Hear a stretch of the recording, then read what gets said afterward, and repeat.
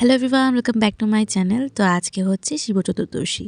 আর শিব চতুর্দশী প্রত্যেকটা বছর আমি উপোস থাকি। কিছু কিছু সময় হয়তো কোনো কারণে বাদ যায়, আজকেও বাদ যেত, কিন্তু আমি বন্ধ নিয়েছি, কলেজে যাইনি। আর আজকে যেহেতু সোমবারে পড়েছে, তো সেই জন্য অনেকে রবিবার দিন করেছে, অনেকে আবার সোমবার দিন করছে। তো সোমবার দিন যারা করে তাদের খুব তাড়াতাড়ি।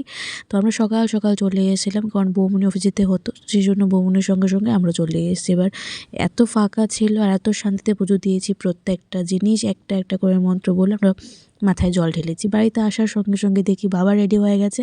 বাবা উপোস থেকে শিবের মাথায় জল খুব কমই ঢালে, তো আজকে নিজের মুখে বলেছে উপোস থেকে জল ঢালবে। তার সাথে ইবুরানিও যাচ্ছে শিবের মাথায় জল ঢালবে বলে, কিন্তু ও স্কুল থেকে এসে রেডি হয়ে গেছে, স্নান টান করে দাদুর সাথে যাবে। তো আর এক সেকেন্ডও দেরি করেনি, তাড়াতাড়ি করে চলে গেছে। বাবাকে জানি কীভাবে দেখলো, আমি ভাবছি বাড়ি থেকে যে ও হয়তো বাবাকে পাবে না, গিয়ে দেখি ঠিক ঠিক পেয়ে গেছে। তো যাই হোক, পুজো দিয়ে আসার পর ওদেরকে ভাত খাওয়ানো হয়েছে, জয়, ইবু, বাবা সবাই ভাত খেয়ে ফেলেছি। আর আমরা উপোস ছিলাম।